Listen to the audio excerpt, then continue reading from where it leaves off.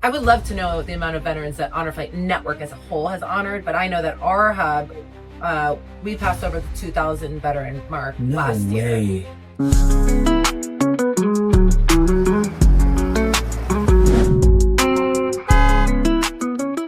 Welcome to Opportunity Knocks. I'm your host, Todd Patton, and today I have the one and only Jessica Easterling. I'm so glad I'm here and so glad we're working together with One Home, and you're involved with not one, but two companies with One Home. And I'm just really, it's amazing having you on board, and I'm excited for this year and then the years after. So welcome. Thank you. Yes. We're excited too. Yes. And so you told me a little bit about your story of, being in a mostly male oriented business, getting started 20 years ago, almost 19 years ago. Why don't you just tell us again how you got into it? How you just rewind that story you just told me about. You started out as a runner, right? Right. That's right. I started out, running permits, kind of being the person who would take permit applications and plans down. This was back when you would actually go to the building department. Now it's all digital. But actually running permits from city to city. And just sort of playing around in the office, trying to figure the whole thing out and see how I could help and awesome grow the business. And that you've done. This business has grown, right? So since you've been over the last 19 years, Patterson's become a great name when it comes to anything luxury home building. Patterson's name has always been at the top. And you guys are mostly out east, but you still do projects out west in Boca, Delray. You mentioned as far as Hollywood, right? Yeah. Yeah. Our sweet spot, Delray to Hollywood. We do a little bit in Miami, but once in a while, it's got to be a real special one. But let's talk about the other passion you have, because I love this, and you've been so involved and instrumental in the growth of Honor Flight and what you've done with that.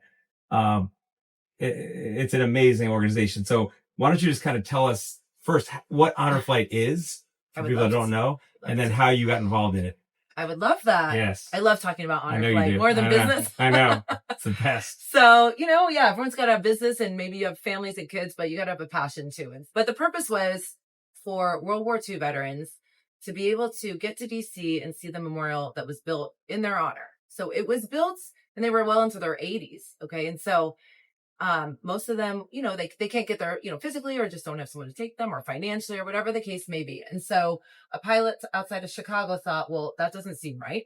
This memorial's built for the sacrifices that they made, and like they don't even get to see it. He was a small plane pilot. Okay. And he like a private or Cessna, whatever. He had I don't know, 6-seater or something. Yeah. I'm not sure. He wasn't like a Delta pilot. No. Right. Yeah, a small town kind of pilot.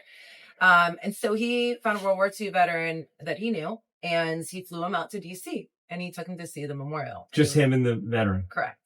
The first flight ever. Right. And what year? When was that? Not a year, but like 10 years, 20 years ago? I think it was 12 years ago. Okay. All right. Oh, so it was recent then. I got to look at my years, my numbers. I told you I have to write everything down in my brain. But it wasn't that long ago. And so then after that, he took a couple more veterans, World War II veterans, to see the memorial.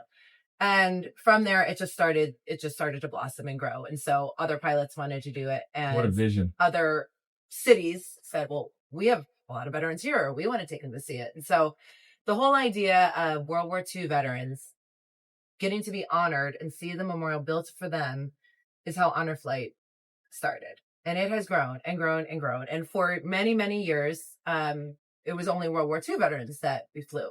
So Honor Flight South Florida chapter, which is where, you are involved in, I'm very involved in,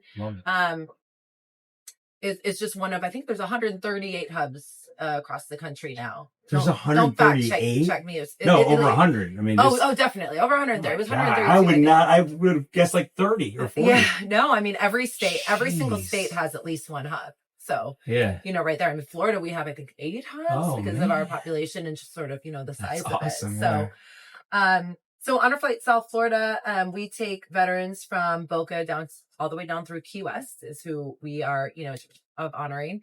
But what's happened with Honor Flight is pretty quickly, World War II veterans started to age out, we can't fill a flight. So I'm sorry, I should back up and say that we've grown to where our flights, we take anywhere from 68 to 74 veterans per flight, and we do plus 4 flights a year. And each flight has a guardian, so that's 150. That's a full flight plus staff. Yeah, we fill an entire commercial plane. We charter the entire plane, and like I said, so are all these other hubs for all across the country. So the amount of, I would love to know the amount of veterans that Honor Flight Network as a whole has honored, but I know that our hub, we passed over the 2,000 veteran mark last year. So I think that's veterans. That's all veterans. Just veterans. Just veterans. World War II and right. And Korean and right. So what's happened is, because we couldn't now fill a flight, we can't find, sadly, we can't find 70 World War II veterans anymore.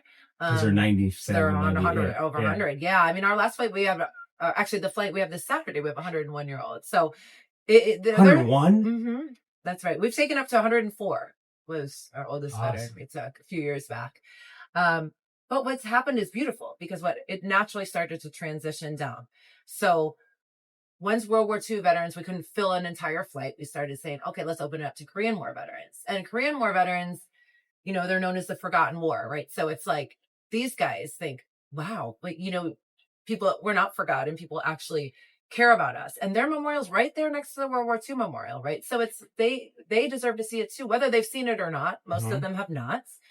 And they're up there too, right? I mean, they're only 8-10 years behind in World War II veterans. Yeah. So we started filling flights with Korea. We still have a ton of Korean War veterans that we're taking, which is amazing. Oh, that's amazing. Yeah. So, you have the World War II that are the greatest generation, and they didn't get to see their memorial, and everybody celebrates them. And so that has been such a beautiful thing. Now we have the Korean War veterans who have always, can you imagine sacrificing your life and your family and everything, and then being called a forgotten war? I just find that so, it's sad. It's just sad. It breaks my heart for somebody. It hurts. Yeah. And so for these guys to have this day of just honor and thanks and celebration, and, all of the things, has been beautiful. And then it's transitioned now to Vietnam veterans. So our flights now consist of, hopefully we have 1 or 2 World War II veterans, and then maybe 40 Korean War veterans and 30 or 40 Vietnam veterans. Yeah. I mean, every flight's different. It's slowly happening.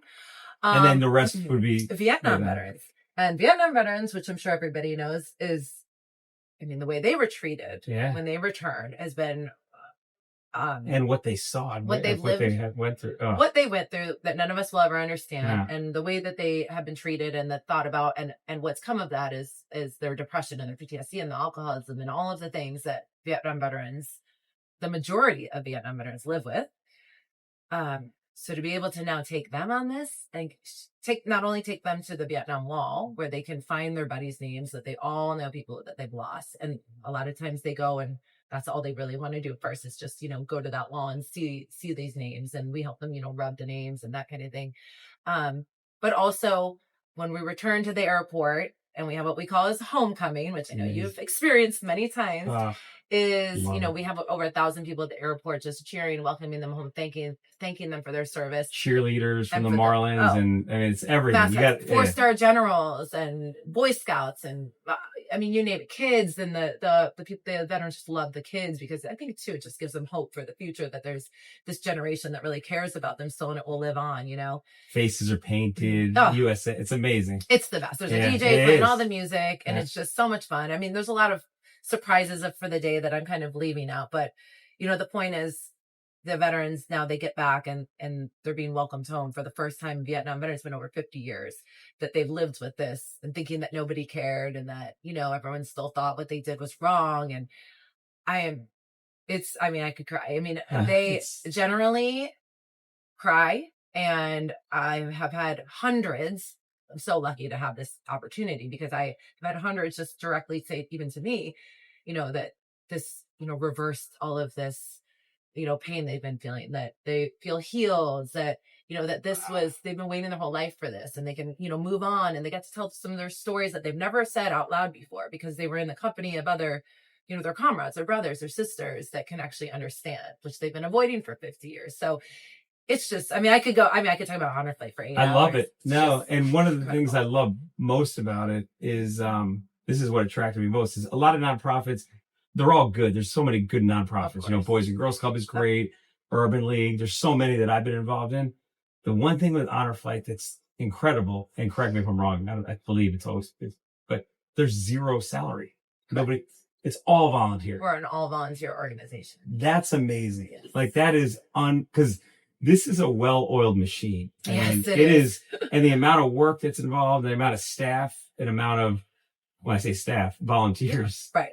But it's so organized, and I give you guys a lot of credit, the people that are involved, because there's a lot of work involved in it. And I think I've done 4, and I volunteered for 2 of them as like a volunteer on it, and the work that you see behind the scenes of what you guys have done. One of the things I love so much that you do as an organization is you have the letters. Talk a little bit about what you give and then how you get that from. How do you get that bag, that care packet that you give everybody? Yeah. Well, hopefully no veterans are listening that haven't flown yet. But maybe we shouldn't say it. Should we keep it a surprise? No, it's okay.